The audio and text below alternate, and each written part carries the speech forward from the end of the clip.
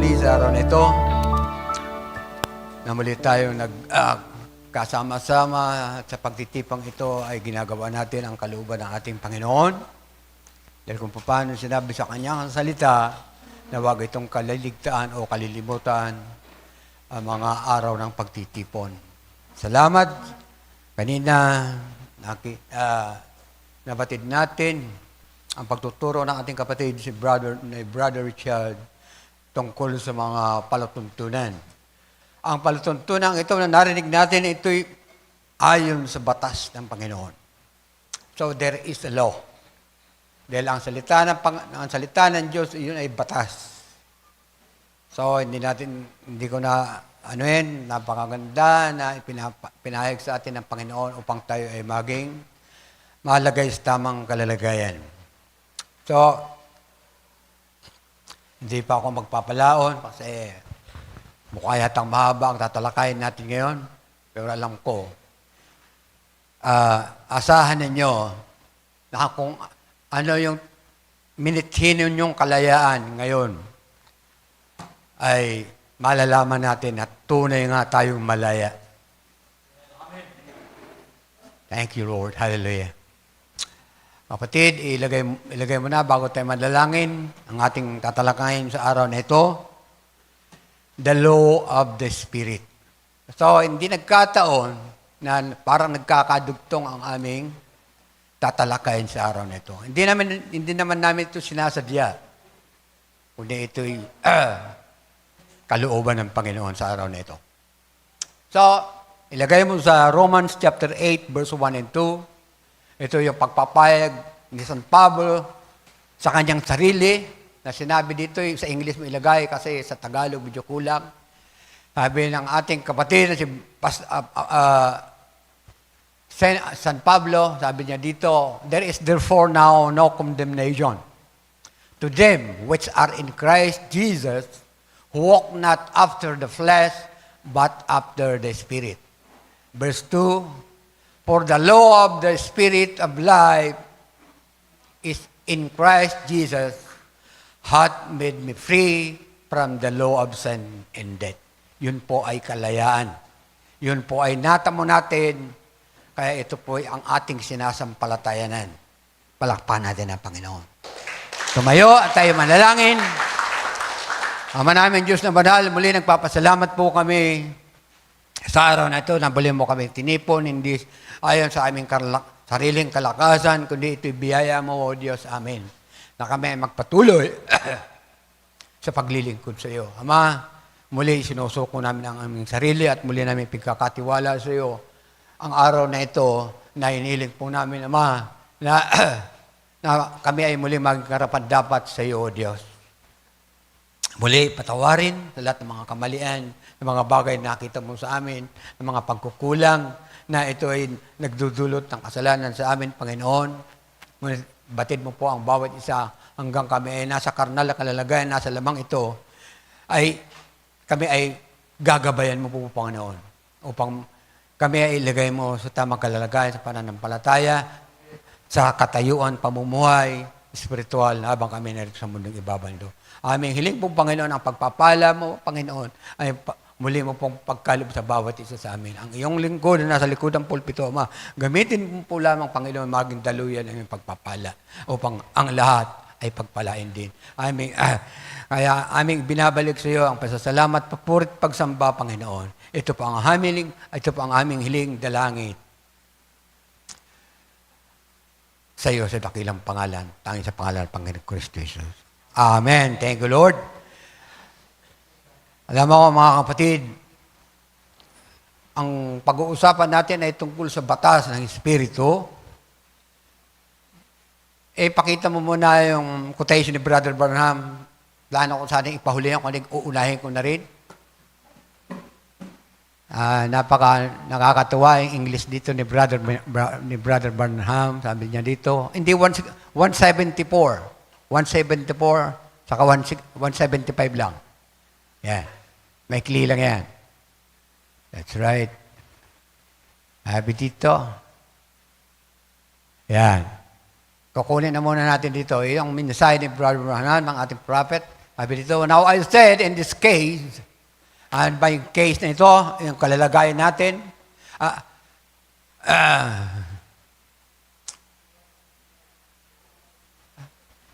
I am giving a soul examination, see, in God for the soul. Only has one instrument, that's right. That is word. That is word, and Jesus said in St. John 5, chapter 5, verse 24, he that heareth my word, now that hear doesn't mean just to listen. Just to listen.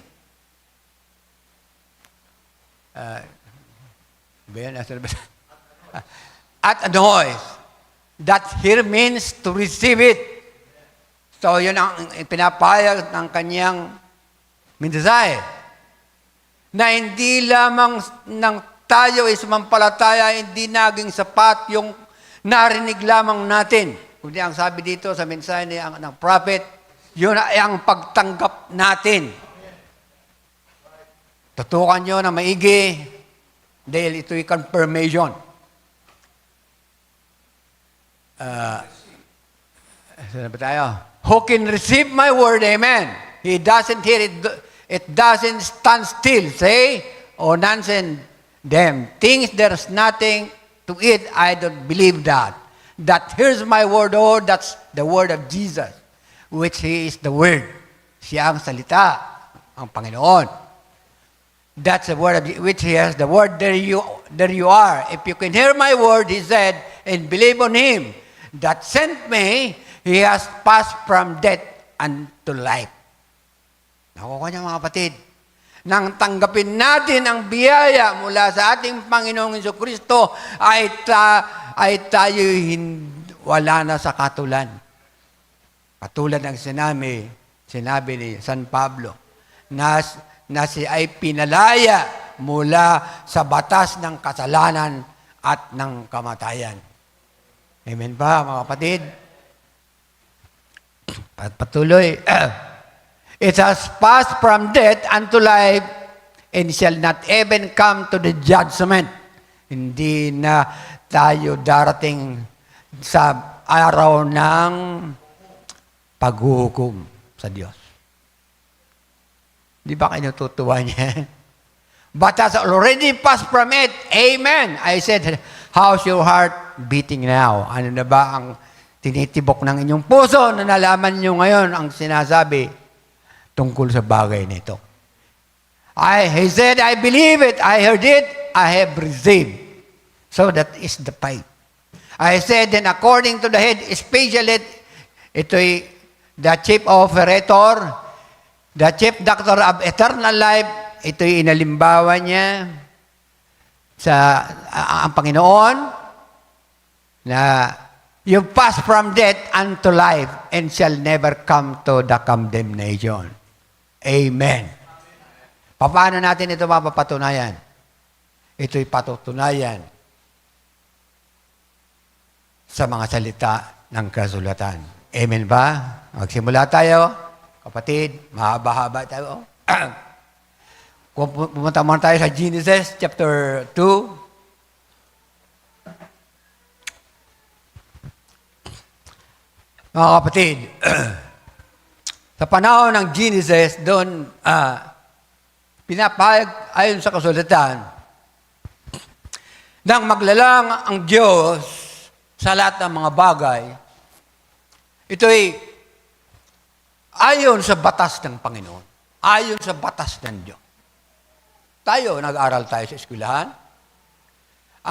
Meron itinuro sa atin ang the law of nature, batas ng kalikasan. At tungkol din sa the law of gravity. Diba? Kayo? Itinuro sa atin ito sa eskwelahan.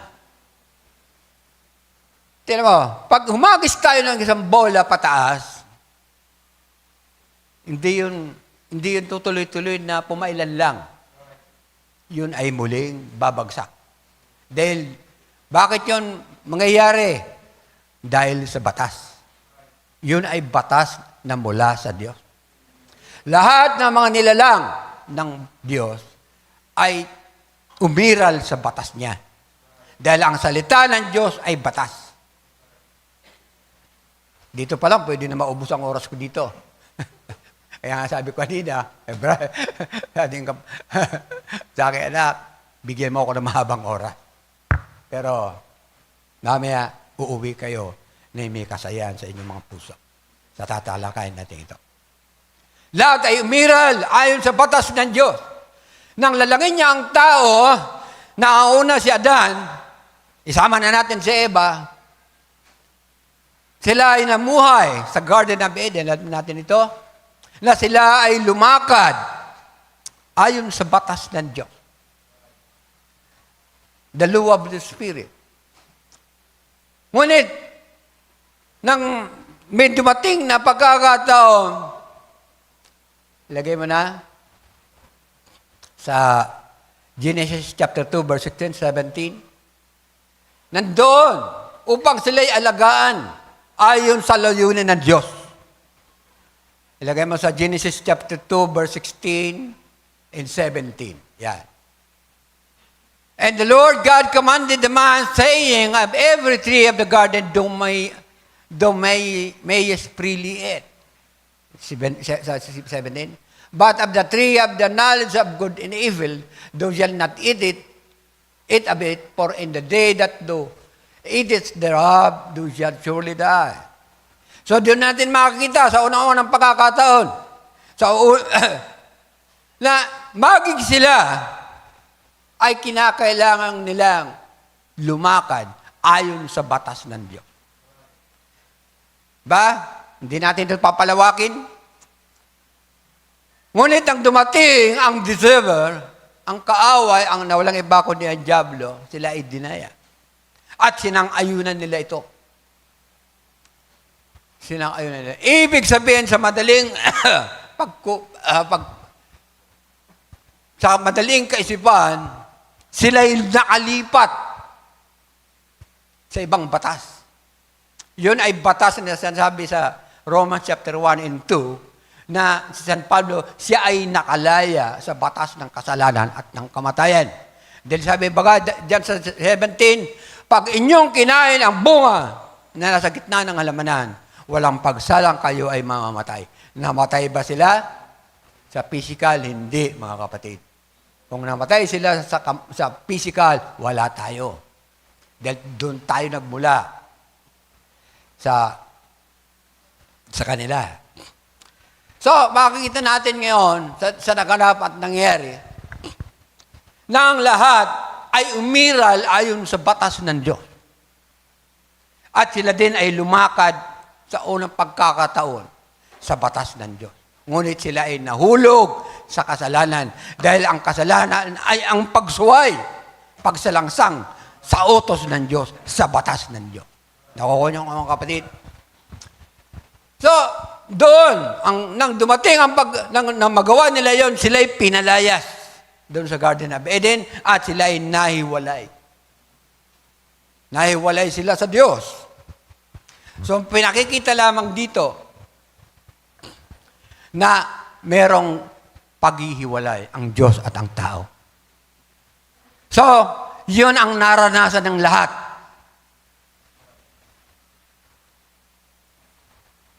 Ngayon, nang dumating ang ating Panginoong Hesus, nais na yung Diyos na tayo muling ipanumbalik sa dating kalalagayan. Kaya tayo ay minana natin ang kasalanan dahil sa kasalanan ng nagawa ng isang tao na sinasabi sa kasulat, si Adan. Actually, si Eva talaga ang pasimuno na gagawa nito. So, iiwan ko na to dito kasi mahaba dito. Mahaba talaga. Dumakot tayo. Kaya doon pa lang, meron ng batas na in-implement ang Panginoon.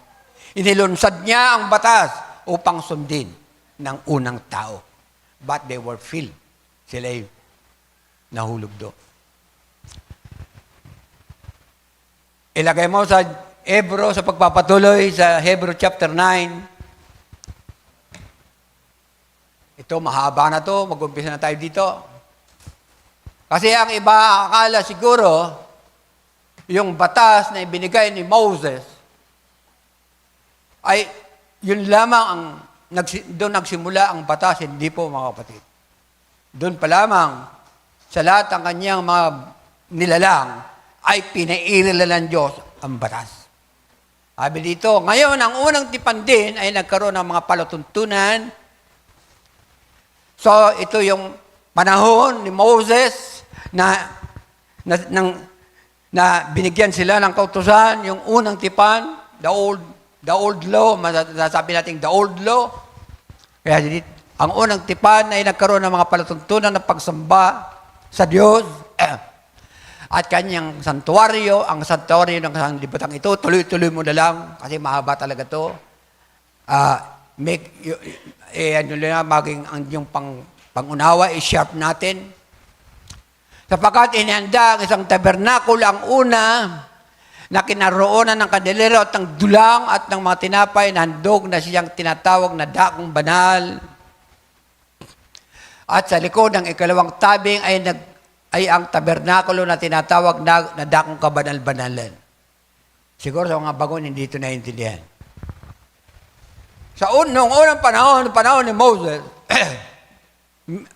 meron doong ginawa silang literal na tabernakulo, isang lugar. Ito yung may 3 bahagi. Hallelujah.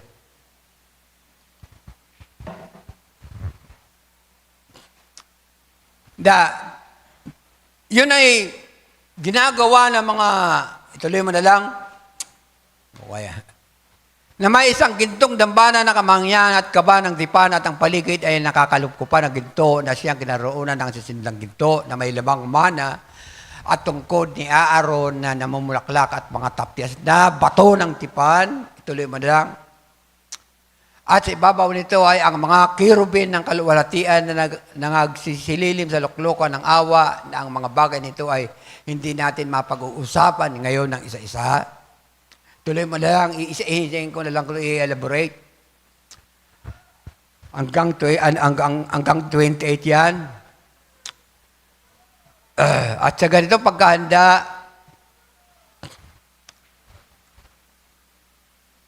pagkahanda ng mga bagay na ito sa unang tabernakulo ay palagi nagsisipasok ang mga saserdote na tinutupad ang mga katungkulan. Tuloy-tuloy mo na lang. Datapat sa ikalawa ay bumapasok na nag-iisa ang dakilang saserdote minsan sa isang taon na hindi walang dugo na inihandog na patungkol sa kanyang sarili at sa mga kamalian ng bayan. Elaborate mo na nito itong kalahati. Ito po yung unang palatunto na ginaganap ng mga Hudyo sa mga lahi na mula kay Abraham at doon na sa panahon ni Moses. Sila ay nagkaroon ng palatuntunan na gumawa ng isang tabernakulo na ang tabernakulong ito ay may 3 bahagi. The outer court, the inner court, and the most holy place. At doon pumapasok ang mga pari, yung sabing saserdote, upang mag-alay ng dugo ng mga hayop na ihahandog. Upang sa paggawa nila noon every year, mapawalang sala ang mga kamalian o kasalanan na ginagawa nila every year. So, nagre-renew po. May renewal. At muli na namang sa loob na isang taon na lalakad sila ayon sa kautusan, ayon sa palutuntunan, ay muli silang magkakamali at magkakasala. At patuloy na maghahandog. Ngayon mga kapatid, may nakita niyo na ba na naghandog tayo ng dugo dito ng hayop? Hindi po. Yun ay batas nung una na binigay sa kanila. So tuloy, na pinakikilala ng Espiritu Santo na hindi pa nahihag ang pagpasok sa dakong banal samantalang natatayo pa ang mga unang tabernakulo. Bakit ganito ang pagpapayag sa kasulatan ito? Pinapayag ni San Pablo yung tungkol sa naganap noon, ngunit sa panahong nagsasalita, nagpapayag siya dito, ay hindi pa ito nabatid ng mga unang taong nabuhay doon na nanasaklawan ng kautusan. Kaya hindi pa ito nayag. Kasi ito'y patungkol sa ating Panginoong Hesus. Dahil tuloy-tuloy mo, na yao'y isang talinggaga sa panahong kasalukuyan ayon sa dito ay inihandog ang mga kaloob at ang mga hain tungkol sa budhi na hindi magpapasakdal sa sumasamba. Mga kapatid, yung ginagawa ng unang tipan ng palatuntunan ayon sa batas ng Diyos, ano sabi dito? Ang mga paghahandog na kanilang ginagawa ay hindi nagdudulot ng kabanalan, hindi nagpapasakdal. Yon ang ginagawa nila ayon sa pagsamba, ayon sa batas ng Diyos. So, yon ang unang-una na ibinigay sa kanilang gawin. Tuloy mo, sana maintindihan nyo, palibhasa ay palatuntunan lamang na ukol sa laman na iniatang hanggang sa panahon ng pagbabago gaya ng mga pagkain at panginumin at sari-saring paglilinis. Ilagay mo man doon. Medyo gusto kong i-elaborate yun. Yung ginagawa nila na paghahandog ng mga hayop dugo ayon sa palatuntunan, ito'y ukol sa laman. Hindi ito ukol sa espiritu. Iniatang, ito ibinigay ng Diyos sa kanila upang gawin at ganapin. Hindi ibig sabihin ito'y walang kabuluhan. Yun ay batas ng Diyos na iniatang sa kanila, ibinigay sa kanila na dapat nilang gampanan. Pero sabi dito, hanggang sa panahon ng pagbabago, mga kapatid, para madali ang ating pagkaunawa, tayo ngayon ay nabubuhay sa panahon ng bagong panahon na tayo ay pinaghaharian ng Diyos ayon sa batas ng Espiritu ng buhay na kay Kristo. Dahil ang Panginoong Jesucristo ang may bigay na ito sa atin. Maraming bawal doon. Pagkain at inumin at sari-saring paglilinis. Bago pumasok ang saserdote doon sa tabernakulo, ganoon din ang Muslim ngayon, ganoon din. May tatlong bagay. May sa outer court, meron dong planggana na may tubig. Bago ka pumasok doon, sa first court, maghuhugas ka muna ng paa. Hindi ka maaaring hindi pumasok sa tabernakulo kung hindi ka maghuhugas ng paa. Makukuha natin yun mamaya. Tuloy.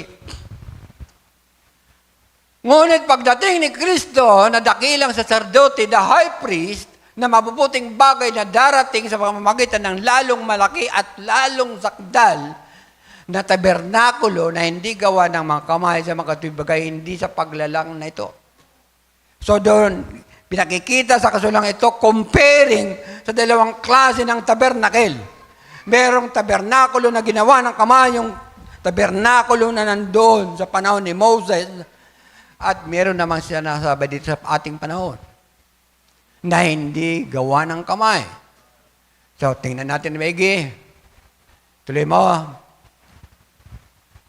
At hindi rin naman sa pamamagitan ng dugo ng mga kambing at ng mga bulong baka, kundi sa pamamagitan ng kanyang sariling dugo, ay pumasok na minsan magpakailanman sa dakong banal na walang kinamtan, ang walang hanggang katubusan. Ibalik mo. So, ipinakikita dito yung ginanap ng ating Panginoon si Kristo para madali nating maunawaan. Yun ay ang tabernakulo na hindi gawa ng kamay ng tao. Yun ang sinasabi dito sa kasulatan. Yung ginanap niya, yung pagkapako niya sa krus, yung kanyang sakripisyo, yun ang tabernakulo. Na kinamtan ang walang katubusan.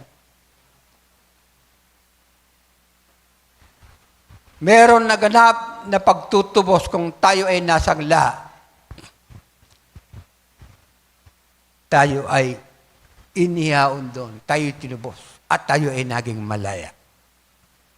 Tuloy mo, verse 13.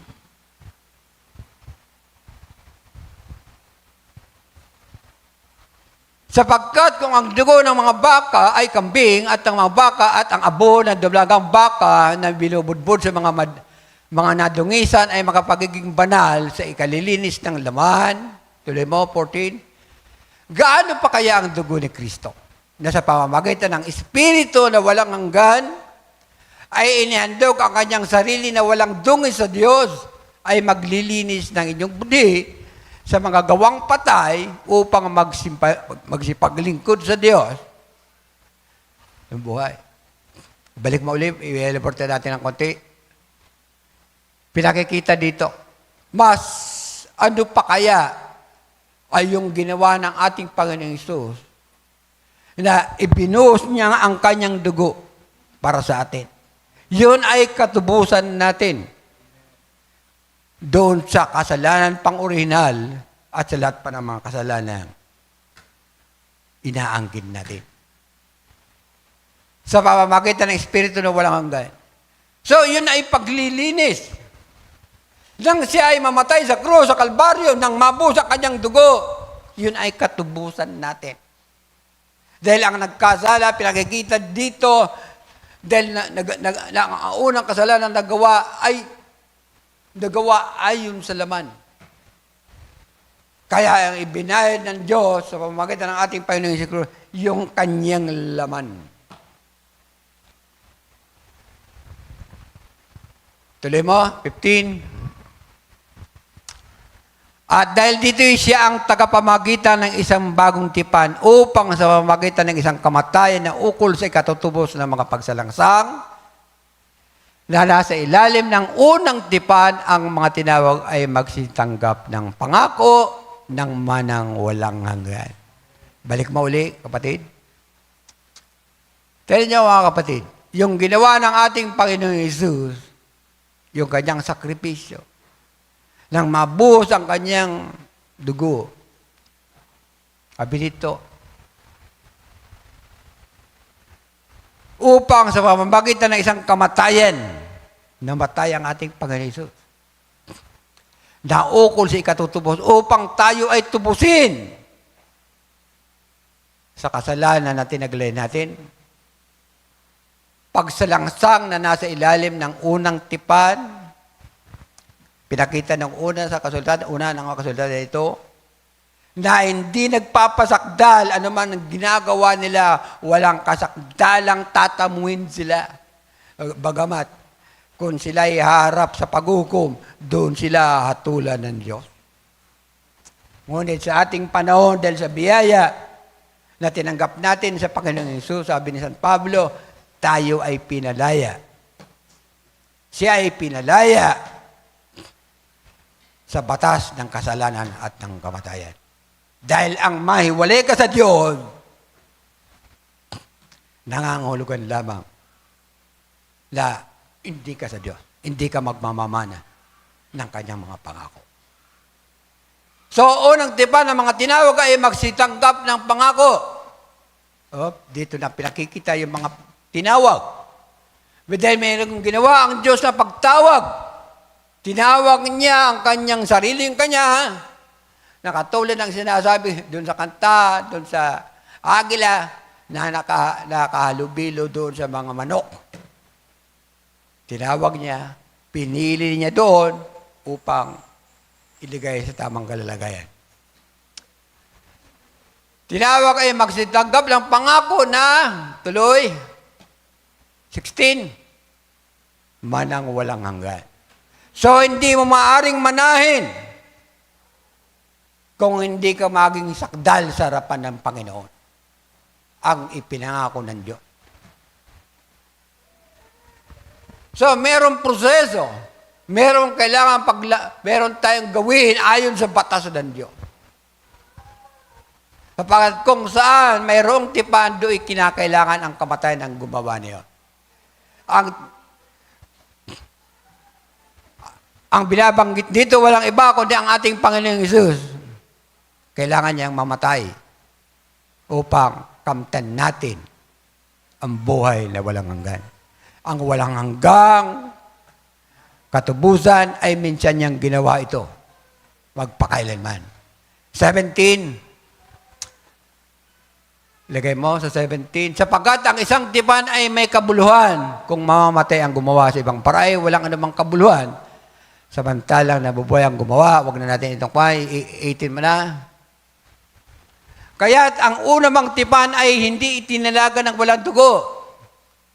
Doon ay biniwisikan ni Moses lahat ng gamit, maging doon sa Egypt, nung sila ay palayain, itakas sa pagkaalipin, yung mga pintuan, hamba, pinupunasan ng dugo upang makita ng anghel ng kamatayan na sila ay mga pinili upang sila hindi magkamit ng kamatayan. Sabi dito, nagbibisik siya noong unang panahon, linalagyan ng dugo ng hayop, yung baka at ng kambing. Yung mga gamit noon, yung unang panahon na yon. So, nakukuha niyo siguro yan. Verse 20. Yun ay mga ginawa sa mga unang pagkakataon. Sapagkat ng salitaan ni Moses ang bawat utos sa buong bayan ayon sa kautusan ay kumuha siya ng dugo ng mga bulong baka at mga kambing na may tubig at balahibong mapula, nagtupa at isupa at binisikan ng lahat ng gayon din. Ang buong bayan. Kaya, doon pa lang, kinailangan ng dugo. Ngunit ito'y dugo ng hayop. Makikita natin, mamaya, na sinasabi ito ang dugo ng tipan na iniutos ng Diyos tungkol sa inyo. So, yun ay utos o mula sa Diyos. Yun ay batas ng Diyos. Tuloy mo? Gayon din ang tabernakulo at ang lahat ng mga kasangkapan sa pangangasiwa ay pinagbibisikan niya ng dugo sa gayon ding paraan. At ayon sa kautusan, ay halos masasabi kong lahat ng mga bagay ay nililinis ng dugo. At maliban sa pagkabuhos ng dugo ay walang kapatawaran. So doon ay pinakikita, doon meron silang sinasabi tungkol sa ating Panginoon Hesus.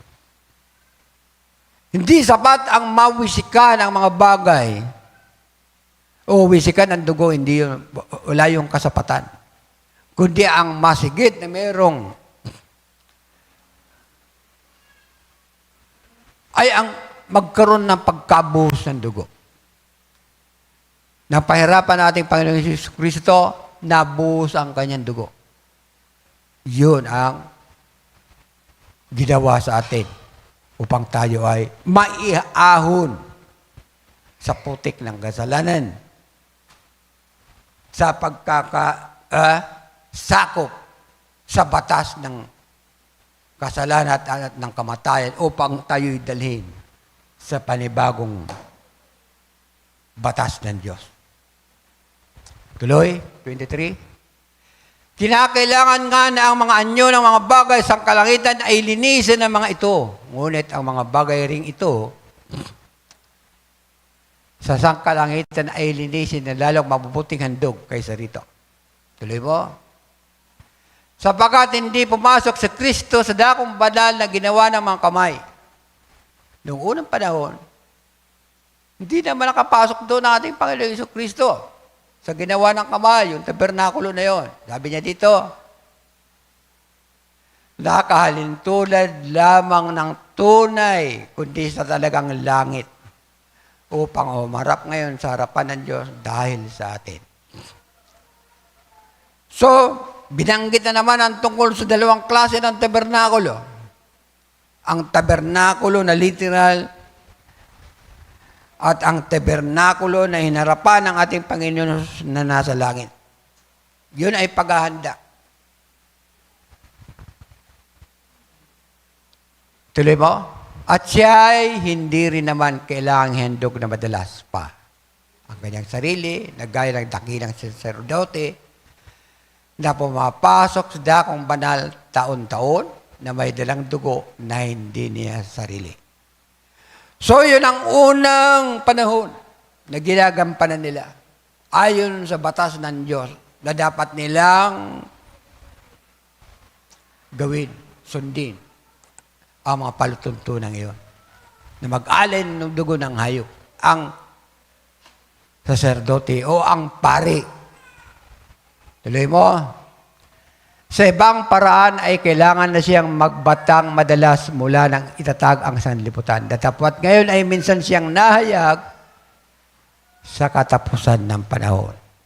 Mga kapatid, tayo pala ay nabubuhay ngayon sa katapusan ng panahon. Dahil ang binabanggit dito, nang bumunta ang ating Panginoong Hesus mula sa langit, siyang binabanggit dito,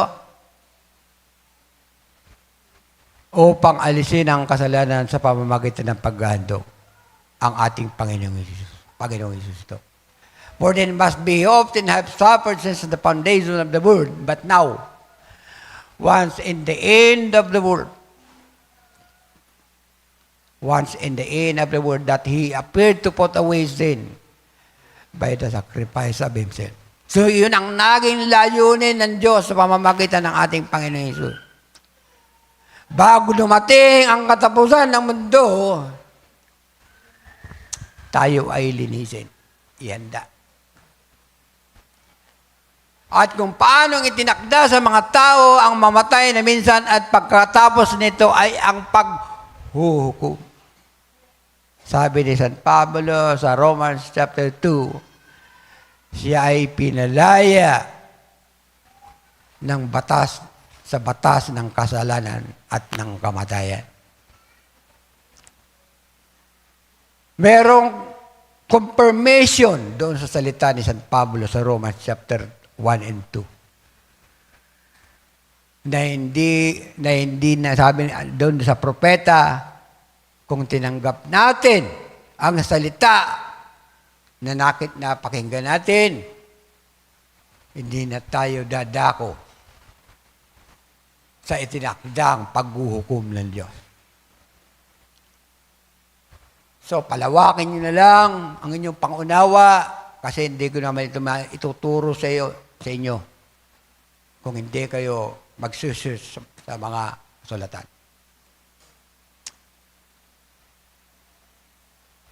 Ito ba yun? Yan. Ay gayon din naman si Kristo na inhandog na minsan upang dalhin ang mga kasalanan ng marami sa ikalaway pakikita na hiwalay sa kasalanan, sa ikaliligtas na mga nagsisipang hintay sa Kanya. Tayo ay naghihintay tayo sa pagbabalik ng ating Panginoong Hesus. Inihahanda tayo sa panahon nating ito na tayo ay naglilingkod sa Diyos. Iyon ang layunin ng Panginoon. Kaya tayo tinawag, nilinis, pinatawad, inihaon, inalis sa batas ng kasalanan at ng kamatayan upang tumanggap ng buhay na walang hanggan. Palawakan nyo na lang ang inyong pangunawa. Tuloy-tuloy mo sa Hebrew chapter 10. Sapagkat ang kautusan na may isang anino ng mabubuting bagay na darating, nagsasalita siya dahil siya ay nabuhay sa panahon iyon, ang tinutukoy niya itong panahon nating kinabubuhayan ngayon. Iyon ay anino, yung ungo ng panahon na iyon na kanyang kinabuhayan. Hindi ang tunay na larawan ng mga bagay kailan paman ay di maaring magpasakdal. Alam mo sinasabi niya? Yung ginawa ng mga Hudyo. Hindi,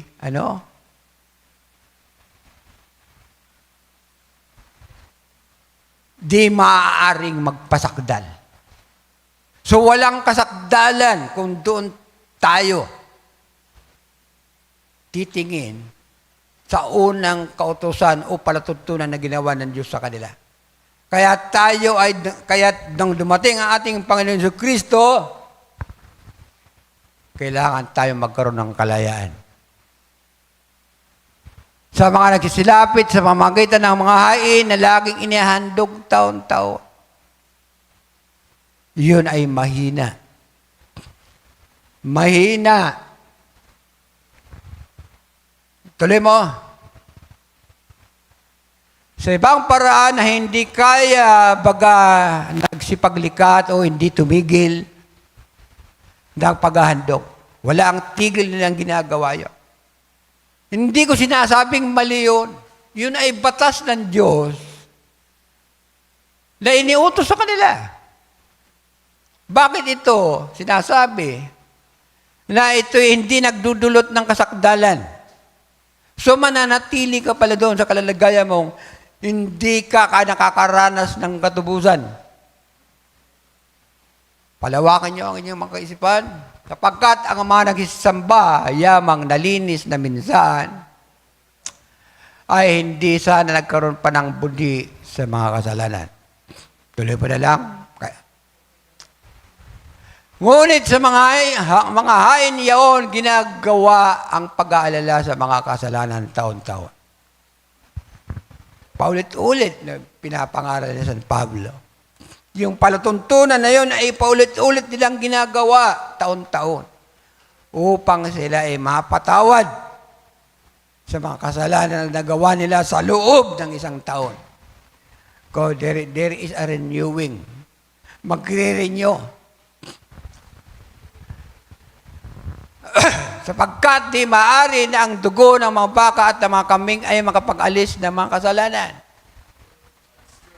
So wala pala itong kakayahan ang mga dugo ng hayop. Tuloy mo. Kaya't pagpasok niya sa sanglibutan, sino ito? Ang ating Panginoong Hesus ay sinasabi, hain at handog ay hindi mo ibig. Ang kausap niya dito ay ang amang Diyos. Ngunit isang katawan ang sa akin ay hinanda mo. Ang ating Panginoong Hesus ito. Verse 5, naiintindihan niyo siguro ito. Kunin niyo, patalasin niyo ang inyong mga kaisipan. Sa mga handog na susunugin at mga haing patungkol sa mga kasalanan ay hindi ka nalugod.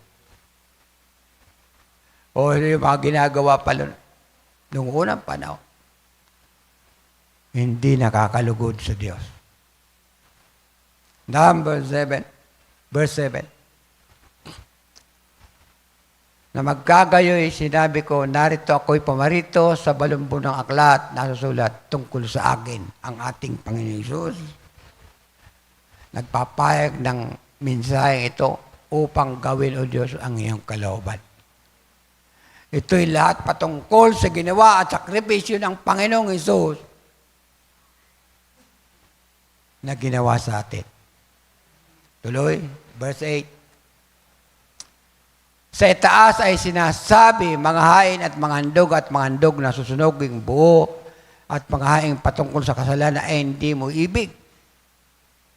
At di mo rin kinalulugdan ang mga bagay na ihandog ayon sa kautusan. Yung palang kautusan na kanilang ginagampanan ay walang kasapatan. Masasabi kong ito'y mahina.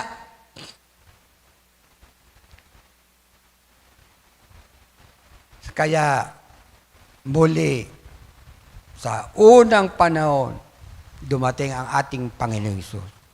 Dalhin tayo sa bagong panahon. Tuloy. Saka sinabi niya, narito ako'y pumarito upang gawin ang iyong kalooban. Inaalis niya ang una upang maitatag ang ikalawa. Alin ba itong inaalis? Inalis ng Diyos. Yung unang batas at inihanda niya sa atin sa panahon nating kinabubuhayan na nagsimula nang dumating ang ating Panginoong Hesus, yun ang doon nagsimula ang bagong panahon. Yun ay sa katapusan ng panahon. Tayo ay nabubuhay ngayon sa katapusan ng panahon. Itinatag niya. Ano ang itinatag niya?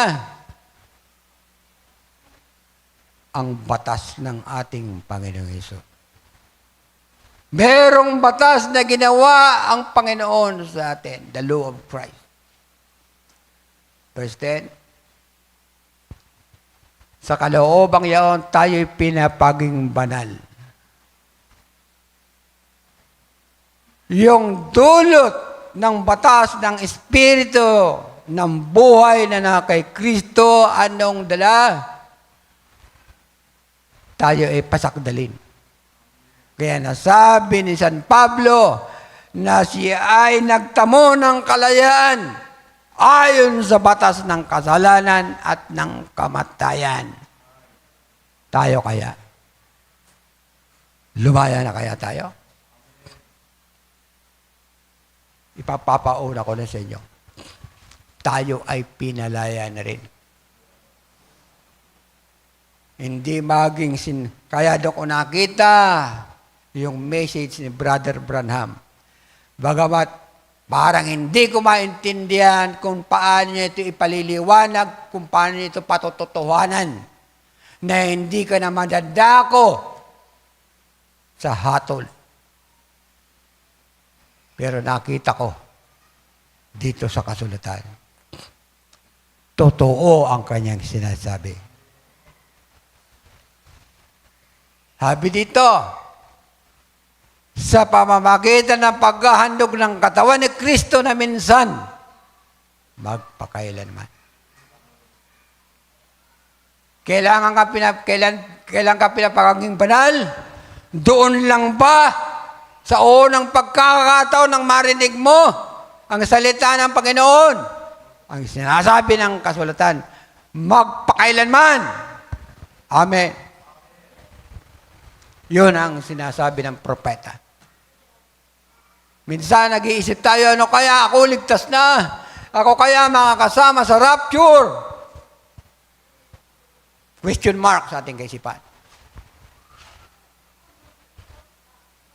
So there is a confirmation through hearing the words of God. Ang pagtanggap ng salita. Dahil ang salita ay espiritu na may katotohanan. At ang Diyos ay hindi nagsisinungaling. So, yun ay magpapatunay. Dahil kung hindi natin malalaman ayon sa pagpapahayag sa kasulatan, na mga isinulat na kanyang mga sinugo na naging propeta o apostol, hindi natin malalaman kung saan tayo hahantong sa buhay na ito. Amen ba?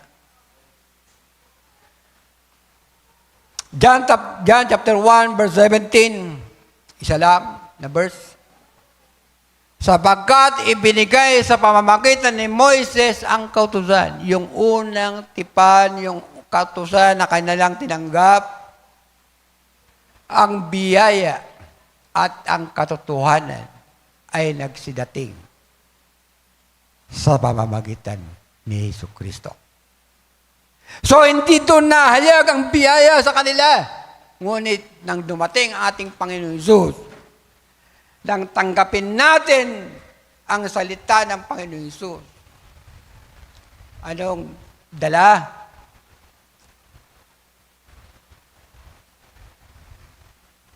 Sabi dito, biyaya. Ano ba ang biyaya na pinagkalob sa atin? Doon ito nagsimula nang dumating ang ating Panginoon Hesus. Hindi naman tayo napasama, hindi tayo kabilang doon sa mga Hudyo na binigyan at tumanggap ng kautusan ayon sa lumang kautusan. Pero naman tayo ay tumanggap tayo sa biyaya na hatid ng Diyos sa pamamagitan ng ating Panginoong Hesus. Nakuha niyo mga kapatid? John chapter 8 verse 32. At inyong makikilala ang katotohanan at ang katotohanan ay magpapalaya sa inyo. So yun ang winika ng ating Panginoong Hesus. Doon sa lumang tipan, doon sa unang panahon, walang binanggit tungkol sa kalayaan. Pero pagdating ng ating Panginoon Jesus at sa paano natin kinabubuhayan, there is no condemnation. Merong kalayaan. At ang tinanggap natin ay katotohanan. Kung paano sinabi ni Jesus sa kanyang sinabi.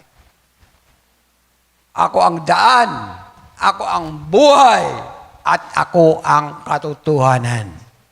Malimit nating marinig yan. Very common words yan. Daan. Ano yung daan? Paraan. Ano yung katotohanan? Ang Espiritu ng Diyos ay katotohanan. At ang buhay, yun ay wagpawalang hanggang buhay. Dahil kung babalikan natin si Adan si Eva, kung hindi nila sinang-ayunan ang batas ng kasalanan at ng kamatayan, meron silang buhay na walang hanggan. Ang layunin ng Diyos, bakit niya ibinigay ang biyaya sa atin? May balik tayo sa dati nating kalalagaan. May balik sa dating plano ng Diyos.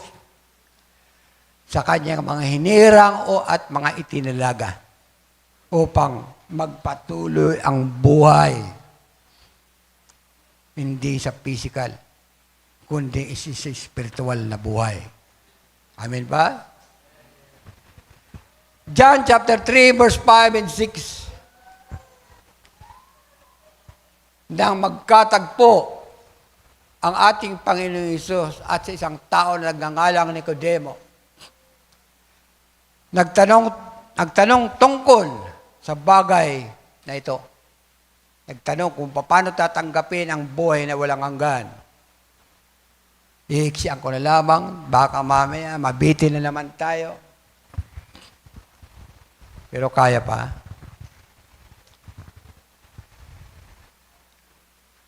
Lagay mo nga sa verse 4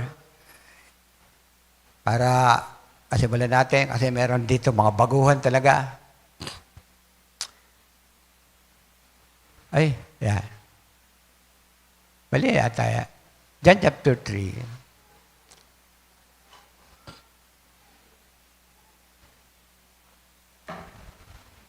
Yan. Lumapit ang isang tao na mayroong mataas na katungkulan, isang Pariseo, nakabilang sa reliyon ng mga Hudyo, na nasakupan sa unang batas ng kautusan, ang ating Panginoon Hesus ay nagtuturo at nangangaral. Darinig niya at lumapit siya, gabi itong lumapit. Sinabi sa kanya ni Nicodemo, paanong may panganganak ang tao kung siya'y matanda na? Baka papasok baga siyang bilang ikalawa sa tiyan ng kanyang ina, ating panganak? So ito'y, sa kanyang kaisipan, ito'y wala siyang idea sa tinuturo ng ating Panginoong Hesus. Dahil nagtuturo ang Panginoong Hesus tungkol sa bagay nito. Ang nalalaman nitong tao na ito ay yung literal, yung physical. And verse 5, sumagot si Jesus, katotohanan, sinasabi ko sa iyo, maliban na ang tao ipanak ng tubig at ng Espiritu, ay hindi siya makakapasok sa kanan ng Diyos. Yun ang sagot ng ating Panginoon Jesus. Kailangan maganap ang kapanganakan. Dahil doon sa unang panahon ay hindi naman ito iniutos ng Diyos. Ang kailangan magkaroon ng pangalawang kapanganakan ng isang tao. Wala madaling istorya. Walang naganap na bautismo doon sa unang panahon. Walang utos tungkol sa bautismo. Pero sabi dito, Maliban ang tayo ipanganak ng tubig at ng Espiritu ay hindi siya makakapasok sa kanan ng Diyos. So, ano ba ibig sabihin ng ipanganak ng tubig? Ang tubig ay sinisimbolo dito sa kasulatang ito ay ang bagay ng paglilinis. Dahil di ba ang tubig ay nagbibigay kalinisan? Literally.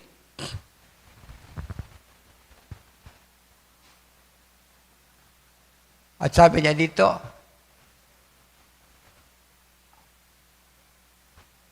at ng Espiritu ay hindi siya makakapasok sa karan ng Diyos. Kung paano sinabi ng ating Panginoon Jesus na ako ang daan, dito pinakita sa panahong ito na kailangang magkaroon ng katugunan o kaganapan ang bautismo. Dahil ang tinatalakay dito, tinutukoy dito, yung bautismo ng tubig. Unang ginawa sa atin, bautismo sa tubig. Yun ang unang pinangaral ni John the Baptist in Matthew chapter 3. Sabi niya, binabautismo ko kayo sa tubig, tanda ng inyong kapatawaran. So, literally, yun ay titinan natin ay maigi. Yun ay katwiran ng Diyos na ipaganap sa atin na tayo ay ilagay sa ganong kaparaanan. Ipanganak sa tubig. Dahil ang ilubog ka sa ilalim ng tubig, ikaw pagkatapos ikaw ay ilalabas sa pagkalulubog. Yun ang ibig sabihin ng kapanganakan.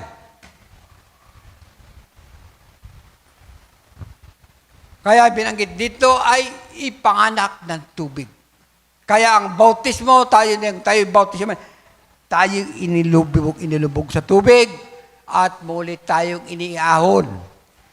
O tayo iniluwal mula sa tubig o sa at kunin natin ang salita ng kapanganakan.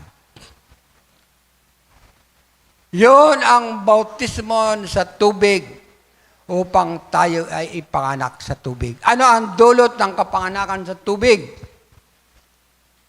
Upang tayo ay linisin sa spiritual na buhay na ito. Na dati nating taglay ang sumpa ng kasalanan nang dati tayo ay nasasakupan sa batas ng kasalanan at ng kamatayan. Tayo'y sa pamamagitan ng kapanganakan na sinasabi ng ating Panginoong Isus tayo ay tayo iluwal sa tubig. Maging malinis bago tayo pumasok sa bagong kalalagyan. Anong paglalagyan sa atin? Upang dalhin tayo sa batas ng Espiritu ng buhay na kay Kristo. Nakukuha niya mga kapatid. Kaya kung ikaw ay nasa dating lumang lugar, ikaw ay ilalabas upang dalhin sa panibagong lugar. Dahil ang batas ay dalawang klase. Batas ng batas ng kasalanan ng kamatayan at batas ng Diyos. Nakukuha niya siguro yan. Kung palalawakin ko ito, maubusan ako ng oras. Dalawang lugar ang pinakikita dito. Kung ating bubulain, tayo inilipat mula doon sa dating kalalagayan. Sabi dito, ipanganak ng tubig at ng Espiritu ay hindi siya makakapasok sa karya ng Diyos. Doon ko naiintindihan. Ito'y paraan o ito'y batas ng Diyos. At ito'y ipinakita sa atin. At naniwala tayo dito. Kaya yung bautismo natin sa tubig ay yun ang unang hakbang. Kung ang tabernakulo noong unang panahon, ang ginagawa ng mga tao noon, ng mga Hudyo, pag pumasok sila sa unang, kasi tatlong, tatlong bahagi o tatlong kwarto, bago sila pumasok doon, maghuhugas sila ng mga paa. Tanda ng paglilinis ayon sa laman. At sa ikalawa, bahagi ng tabernakulo, isang pari na lang ang maaring pumasok sa ikalawang bahagi. At sa ikatlong bahagi, yung the holiest place, iisang pari na rin ang makakapasok doon. Sinasabi sa kasulatan, ang tanging nakapasok lamang doon ay walang iba, kundi ang ating Panginoong Hesus. Siya, ang ginawa ng ating Panginoong Hesus, yun ay ang tabernakulo na hindi ginawa ng kamay ng tao. Palawakan nyo na lang ang inyong kaisipan tungkol sa pagpapayag na ito ng ating Panginoon. So, nang tayo nahugasan, nabautismuhan sa tubig, tayo ay naging malinis. Meron na tayong pagkakataon, mailipat sa lugar na pinamamahalaan ng Diyos sa kanyang batas, sa batas ng Espiritu. Ano ang dulot ng batas ng Espiritu? Kalayaan. Magpakailanman. Pati di ba kayo natutuwa? Palakpan natin ang Panginoon. Right. Salamat sa Diyos. Tayo ngayon ay nakapasok sa kanyang paghahari. Dahil alam natin ang Panginoong Hesus, ang Diyos ay hindi naghahari sa labas.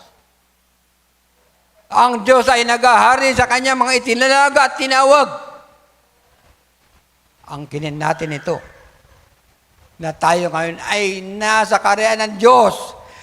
Tayo ay pinaghaharian ng Diyos.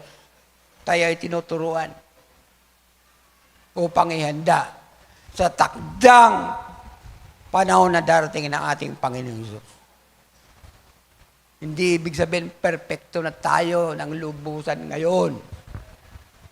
Dahil ang kapanganakan, kung ilalagay natin sa physical na kalalagayan, ang kapanganakan ay mayroong pinagsisimulaan. Nang tayo ipanganak sa laman, nagsimula tayo sa pagkasanggol, na wala pang sarili lakas. Hanggang sa hindi maglalaon tayo ilalakas. Tayo ay makakalakad upang harapin ang panibagong buhay. Bakit tayo idinako sa panibagong buhay? Kasi namuhay tayo doon sa unang pamumuhay. Inilipat tayo. Iniluwal tayo doon. Niluwal tayo sa dati nating kalalagayan. Kaya ngayon, nakapasok tayo ngayon sa paghahari ng Diyos. Ang ginagawa natin ngayon, sinasampalataya natin ito. Sinisikap natin sumunod dahil ang hari ay nag-uutos. At ang mga nasa sakupan, kailangang sumunod. So ngayon, kaya natin ginagawa ito. Verse 6, palawakin nyo na lang. Ang ipinanak ng laman ay laman nga at ang ipinanak ng espiritu ay espiritu nga. Ito yung lagi nating narinig itong tungkol sa bagay na ito. Dahil nang una na tayo ipinanganak sa laman, kung mananatili tayo sa laman, hindi natin matatagpuan ang kapanganakan espiritual. So, ang sabi ng Panginoon, ayon sa kanyang batas, kailangan tayong ipanganak na muli sa tubig at ipanganak sa Espiritu. Hindi sapat ang ipinanganak lamang tayo sa laman. Kung ang gagawin natin, na ukol lamang sa laman na ito, ay wala itong patutunguhan. Narito tayo dahil sa spiritual na buhay. Amen ba kapatid? Kung ukol lang sa laman, mag-party na lang tayo. Huwag na kayong umupo dyan. Nakakapagod. Mabuti pa, kayong pamilya ko, punta na tayo sa Naga. Mag-Robinson tayo. Doon na lang tayo magpalipas. Dahil yung ukol lamang sa laman. Ginagawa natin ito dahil sa Espiritu. Dahil sa batas ng Espiritu na may dulot ng kalayaan. Kaya ang kapanganakan ay ang pagluwalo, ang paglabas. Tayo ay inilabas sa dating kalalagayan. At tayo dinala sa bagong.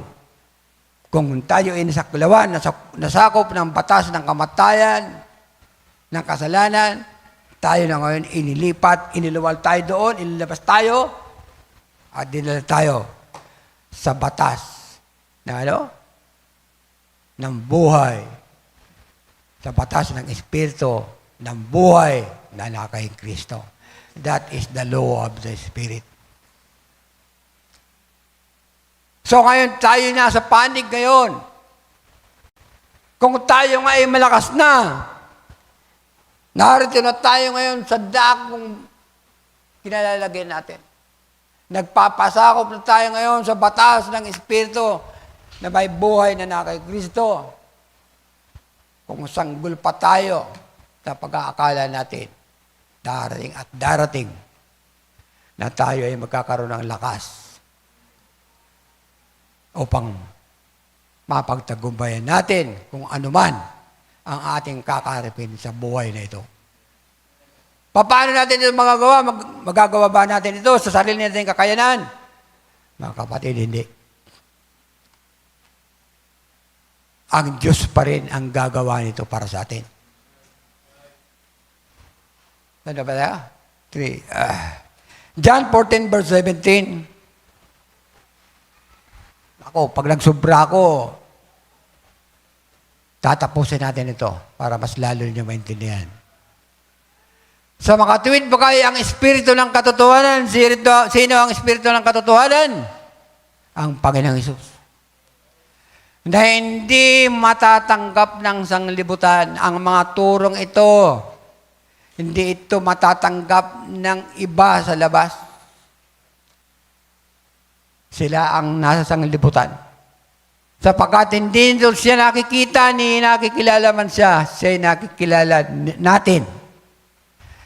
Sapagkat siya'y tumatahan sa atin at sa atin. Di ba narinig natin? Nang tanggapin, hindi natin dinanggap ang Espiritu na walang kabuluhan. Kailangang mayroon tayong matanggap. Sino ba? Alin ba ang Espiritu na tinanggap natin? Wala iba kundi ang Espiritu ng Panginoon. Espiritu ng Panginoong Jesucristo. Makita natin mamaya. Tumatahan. Saan tumatahan? Sabihin na natin sa ating puso. Ano ba ang layunin? Ituloy mo na lang. John 14:6. Sinabi sa kanya ni Jesus, ako ang daan at ang katotohanan at ang buhay. Sino man ay hindi makaparoon sa mga kundi sa pamamagitan ko. So, kinakailangan pala nating tanggapin ang kanyang espiritu dahil kung hindi natin matatanggap ang kanyang espiritu, ay wala tayong kakayanan makarating doon sa bahay. Dahil siya, nasa kanya ang daan, ang buhay, ay ang katotohanan. Kaya nagbigay ng pagtuturo sa ating panahon para ihanda muna tayo. Ito'y ginagawa ng Diyos sa paghahanda sa atin. Romans chapter 1, verse 18. Sinasabi kanya dito, ako ang sa Romans na tayo. Simula sa, balik tayo sa Roman.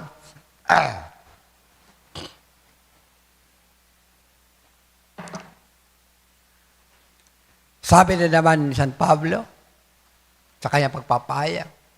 English mo kasi ang Tagalog kulang. There is therefore now no condemnation to them which are in Christ Jesus. Tayo ba'y wala sa Panginoon? Tayo ay nasa Panginoon. Palakpakan natin ang Panginoon.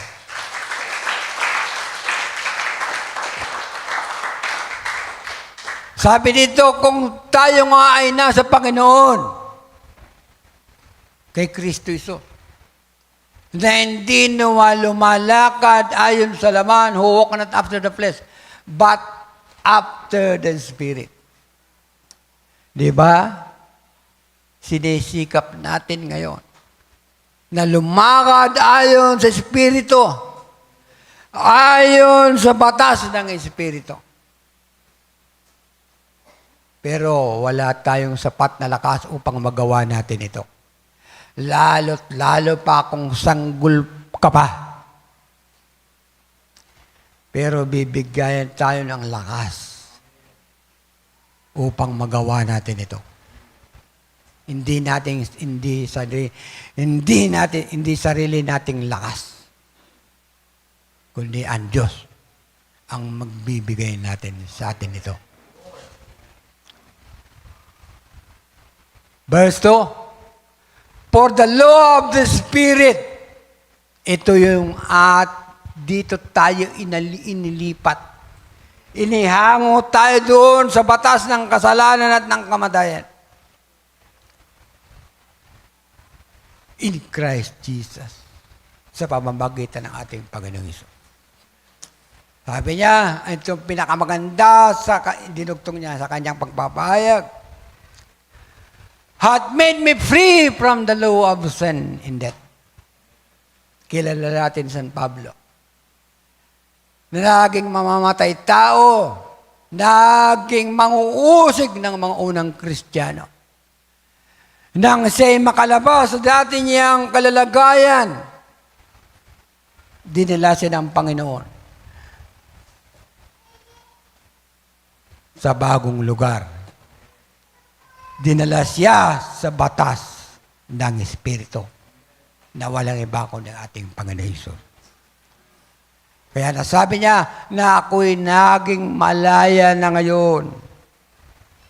Tayo kaya naging malaya? Mga kapatid, sinabi ni prophet ng ating propeta, kung tinanggap natin ang salita, tayo ay hindi nadadako sa katulan. So, ibig sabihin, tayo ay naging malaya. Palakpan natin ang Panginoon. That's right.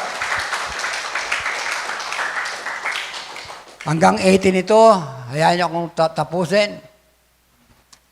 For what the law could not do, Tagalogin mo lang. Tagalogin mo na. Sapagkat ay hindi magawa ng kautusan na mahina. Mahina. Walang kasapatan yung mga batas na tinanggap nila ng mga Hudyo nung unang panahon. Pero ang batas ng Espiritu ay matatag at hindi ito matitinag na ating linalakaran ngayon.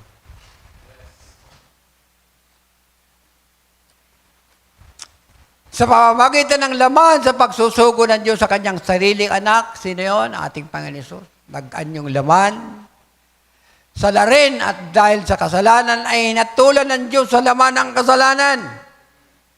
O hindi ba't inihandog ng ating Panginoon Hesus ang kanyang sarili nang siya ay nasa laman? Yun ang ginawa ng ating Panginoon Hesus. Upang tayo'y maiyahon sa ilalim sa pagkalulublob sa kasalanan na nasaklawan ng batas ng kasalanan at ng kamatayan. Tuloy, mahaba ito. Sabi ko, mahaba ito. Verse 5. Upang ito ba yan? Sapagkat ang mga ayon sa kautusan ay matupad sa atin, na hindi nangagsisilakan. Ibalik mo na lang doon. Sapagkat ang mga ayon sa laman ay nagsisitalima sa mga bagay ng laman, na dapat ang mga ayon sa Espiritu ay sa mga bagay ng Espiritu. So, doon ipinapaliwanag na sa Pablo na tayo ngayon ay inaayunan natin. Tayo ay nagpapasakop sa paghahari ng Diyos. Sa batas ng Espiritu. Yan, Espiritu. Di ba sinisikap natin ito? Kayo ang nakakalam. Tayo ang nakakalam sa ating mga sarili. Verse 6. Sapagkat ang kaisipan ng laman ay kamatayan. Di ba yung kautusan noon? Ang kautusan na yon ang ibinigay sa kanila noong panahon, yun ay ukol lamang sa laman. Hindi sa Espiritu. Tayo ngayon Saan tayo lumalakad? Hindi batas ng laman, kundi batas ng Espiritu. Verse 7. Sapagkat ang kaisipan ng laman ay pakikipaggalit laban sa Diyos, sapagkat hindi napapasaklaw sa kautusan ng Diyos na hindi nga maaari. So, kailangan palang lumakad tayo. Kailangan natin ang ating Panginoon sa buhay natin upang tayo ay makaganap. Yun ang hilingin natin. Sadyang mahina tayo. Verse 8. At ang nasa laman ay hindi makakalugod sa Diyos. Batid nyo na ito. Tuloy-tuloy mo na lang. 12:00 na. Datapwat kayo wala sa laman, kundi nasa Espiritu. Kung kayo tumitira sa inyo ang Espiritu ng Diyos. Datapat kung ang sino may walang Espiritu ni Kristo, siya hindi sa Kanya. Nang tayo ihahaon, alisin tayo sa batas ng kasalanan at ng kamatayan, doon tayo nagkaroon ng pagkakataon na matanggap ang Espiritu ng ating Panginoon. Tuloy-tuloy mo na lang. Masakit na rin ang likod ko. At kung si Kristo ay nasa inyo, ang katawan ay patay. Dahil mahina nga talaga ang ating mga katawan ito. Dahil sa kasalanan. Tatapwat ang Espiritu ay buhay dahil sa katwiran. Yun ang naninirahan sa atin ngayon. Yan ang nasa loob ng ating kaisipan. Ang Espiritu na tinanggap natin. Tuloy pa na? Palawakin nyo na lang yung kaisipan. Ngunit kung ang Espiritu nyo ang bumuhay na mag-uli kay Jesus ay timirin sa inyo, ang bumuhay na mag-uli kay Kristo Jesus sa mga patay ay magbibigay buhay. Yun pala yung Espiritu na yun. Kasi nangangaral dito sa San Pablo tungkol sa bagay nito. Magbibigay buhay naman sa inyong mga katabang may kamatayan. Sa pamamagitan ng kanyang espiritu na tumitira sa inyo. It is all about the changes of the body. From the immortal body to mortal body. Yung rapture. Palawakan nyo na lang. Tuloy. Kaya nga mga kapatid, may mga utang tayo hindi sa laman upang mabuhay sa laman. Ang ginawa natin sa ating laman, hindi mo kaya itong bayaran ng ayon sa laman. Isipin nyo na lang, ang mga bagay na sa lang ito'y masyadong malalim. Kaya nga mga kapatid, sapagkat kung mga buhay kayo ayon sa laman, ay mga mamatay kayo. Datapat kung sa pamamagitan ng Espiritu, ay pinapatay ninyo ang mga gawa ng laman ay mga bubuhay kayo. Sa pamamagitan ng patnubay ng Espiritu na tinanggap natin, na ngayon ay tumitira sa atin, na walang iba kundi ang Espiritu ni Kristo na nananahan sa atin. Ano? Mga bubuhay tayo. Hindi tayo dadako doon sa inihanda ng Diyos na dagat-dagatang apoy, o impyerno man, o ikaw ay tayo maging hiwalay sa Kanya. Tuloy-tuloy pa na lang. Aawit pa tayo.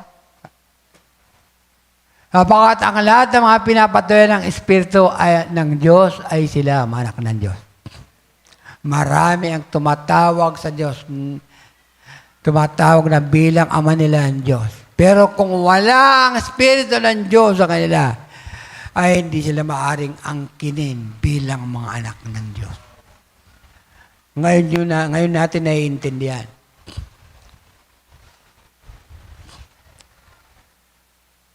Mula sa bautismo, pagtanggap sa aral at pagtuturo ng Espiritu, hanggang sa ilipat ka doon sa batas ng Espiritu.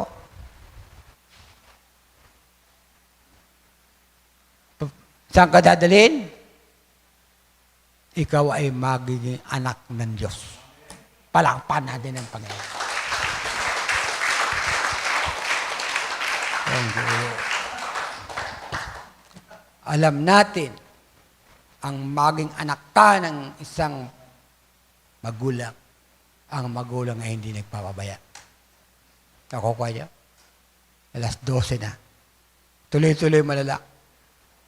Palawakin niyo lang ang inyong kaisipan tungkol sa bagay nito. Sapagkat hindi ninyong muling tinanggap ang Espiritu ng pagkaalipin sa ikatatakot. Naging alipin tayo doon sa panahon nang tayo pa ay naroon sa dating katauhan, sa ating pagkatao. Kung yung mga nasaklawan doon sa unang tipan na tumanggap ng kautusan ng Diyos, doon sa lumang kautusan, walang kabanalang matatanggap. Walang buhay na walang hanggan. Pero sa atin ngayon, buhay na walang hanggan ang hinatid ng Espiritu sa atin. Kaya ang eternal life, ang buhay na walang hanggan, ang nagdala nito, walang iba kundi ang Espiritu na tumatahan sa atin ngayon. Palakpakan natin ang Panginoon. Thank you, Lord. 16, ang Espiritu rin ang nagpapato kasama ng ating Espiritu. Yung Espiritu, tayo may taglay na sariling Espiritu natin. Nang tanggapin natin ang Espiritu, ilang Espiritu na ngayon sa inyong loob? 2. Alin yung ikalawa? Ang Espiritu ni Kristo na kinakasama natin ngayon sa ating panloob na pagkatao na nananahan sa ating puso. Bakit siya tumitira sa atin ang tanggapin natin ang Espiritu? Kasi ang layunin ng Espiritu, tayo ay gabayan, patnubayan sa lahat nating mga lalakarin at kakaharapin sa panibagong buhay na ito. Kaya huwag tayong magmalaki. Wala tayong kakayanan para magawa natin kung ano ang nais natin gawin. Para tayo ay na sarili natin gawin na tayo ay maging banal. Wala po. Ang Espiritu lamang ng Panginoon ang makagawa nito sa akin. Kaya nang tanggapin natin ang Espiritu, yun ang trabaho ng Espiritu. Tuloy mo na. Nasakit na likod ko. Verse 17. At kung mga anak ay mga takapagmana, bakit kinakailangang samahan tayo ng Espiritu upang maging takapagmana? Tagapagmana sa Diyos. Alin yung mamanahin natin? Ako, huwag na muna tayo magbilak. Mauubos ang oras. Mga kasama ang tagapagmana ni Kristo. Kung gayon sa gayon nga makipagtiis tayo sa Kanya upang tayo lumuluhahati namang kasama niya. So, tiis lang mga kapatid. Ako nga ba sakit na likod ko? Nananakit talaga likod ko. Pati ito. Verse 18. Sapagkat napatutunayan ko na ang pagtitiis sa panahon ito ay hindi ka dapat may tumbas sa kaluwalhating mahayag sa atin. Tarawin natin sa ating kaisipan kung ano ang inenda ni Diyos para sa atin. Nang tanggapin natin ang Espiritu, ito'y mula dahil sa batas na pinagkalagyan natin ngayon, tayo na tinanggap natin ang Espiritu. Tayo ay merong pag-asa na manahin kung ano ang inihanda ng Diyos para sa atin. At hindi yun matitinag. In Matthew chapter 16, verse 18, dalawa na lang mga kapatid. Matthew 16, sabi ng ating Panginoong Hesus na siya mismo ang nagwika nito. Kasi nung unang panahon, sa panahon ni Moses, ay meron ng iglesia, yung unang iglesia, na hindi ito laging matatag.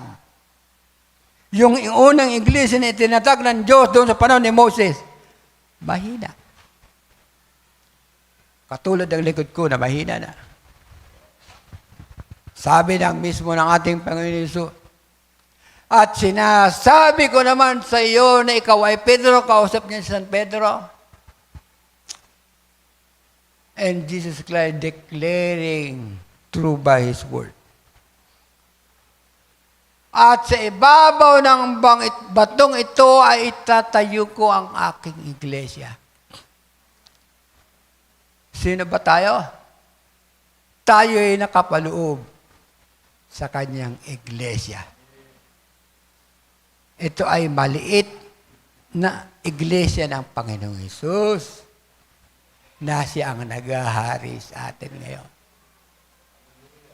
At ang mga pintuan ng Hades ay hindi magsisipanaig laban sa Kanya. Ano yung pinakikita sa salitang ito? Ito'y matatag.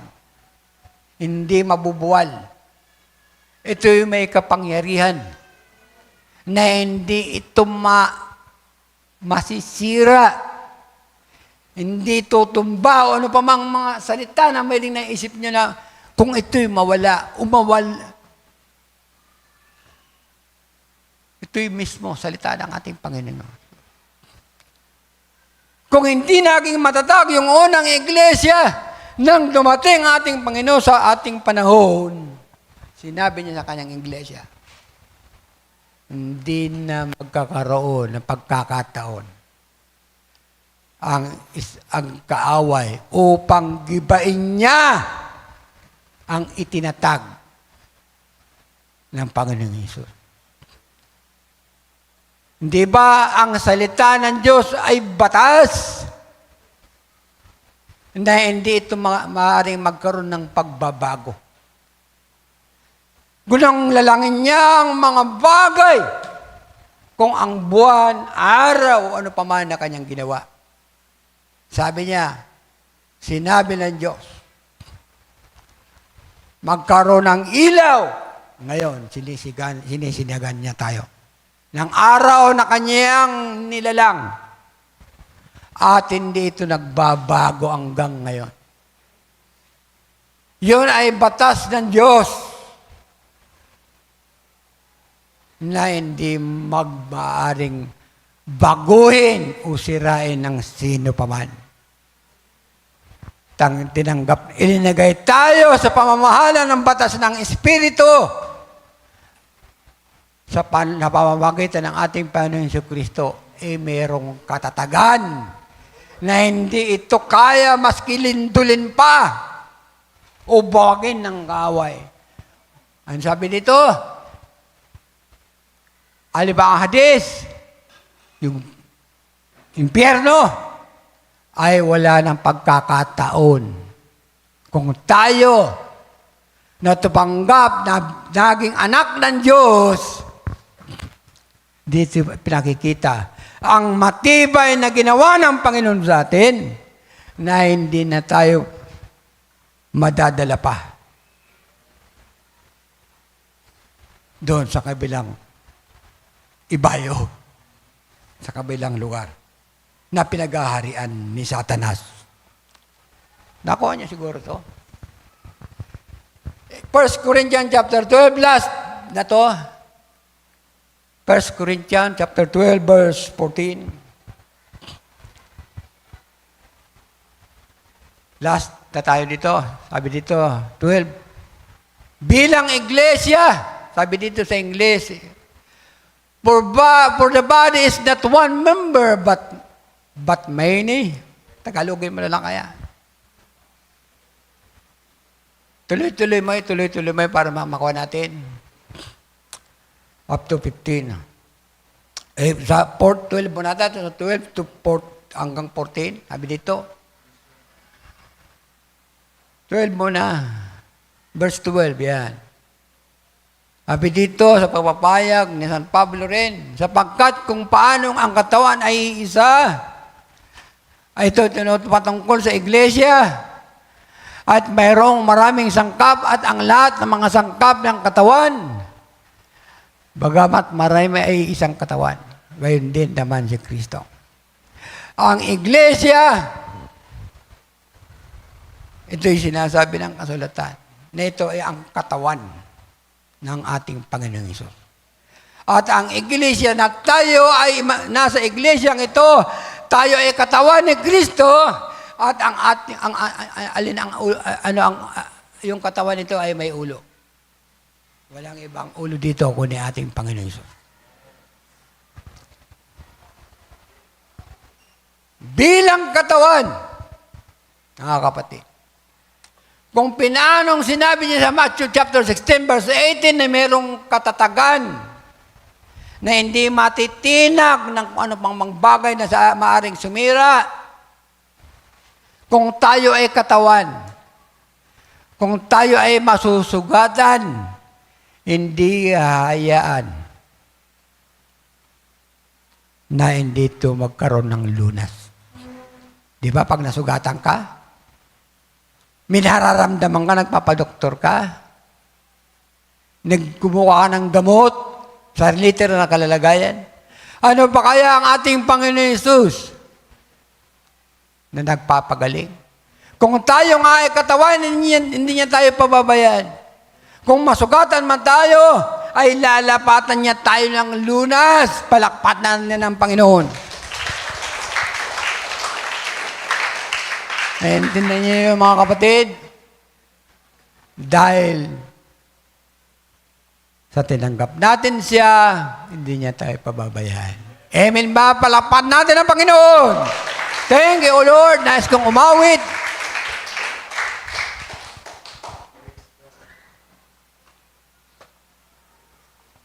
Awitan natin ng Panginoon. Pasensya na mga kapatid, pero sulit naman.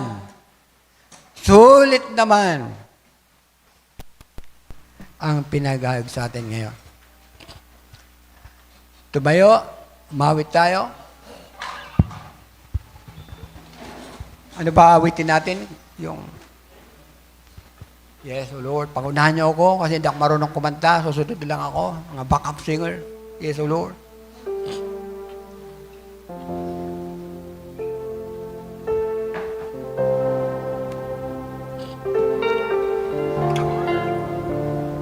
Yes, O Lord. Thank you, Jesus. Salamat.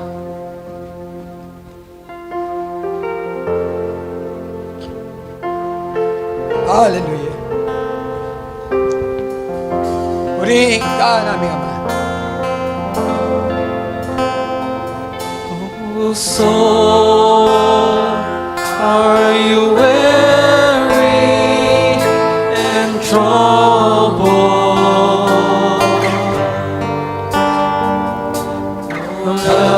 Light in the darkness you see.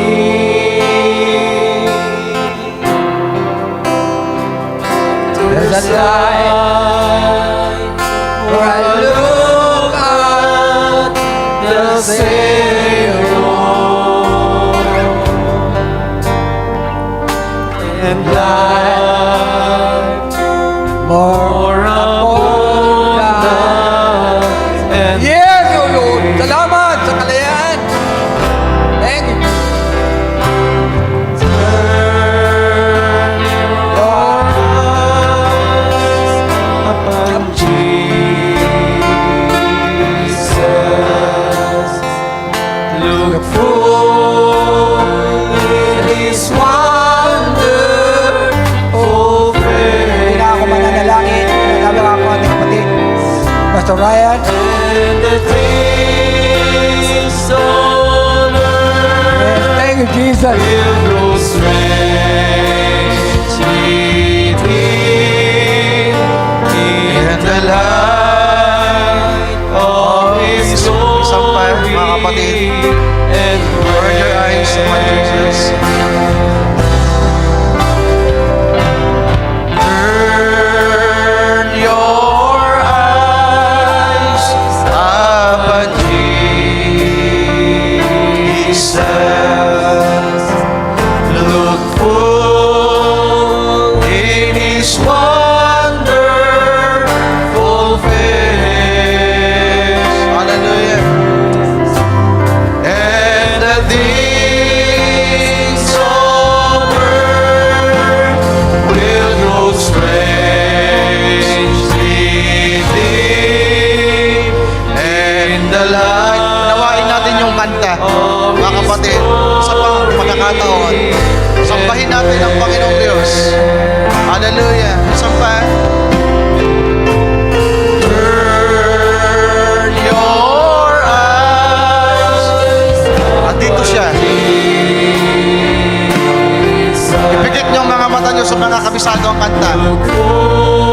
Andito siya, mga kapatid. Tingnan niyo siya sa paraan ng mata, ng pananampalataya. Andito siya. And the earthlings of the earth will grow strangely dim. Hallelujah. And the light of His glory. Sa uling pagkakataon, mga kapatid, nais ng Panginoon na awitan natin siya at sambahin. Oh, turn your eyes upon Jesus. Hallelujah. Look full. Lord, salamat. Alam ko, andito ka, Panginoon, kasama namin. Ang iyong salita, Panginoong Diyos, ang iyong binhi ay nananahan sa bawat isa sa amin. At ikaw ay nagsalita, O Diyos, sa aming kalagitnaan sa araw na ito. Lord, maraming salamat. in the light of His glory and in grace.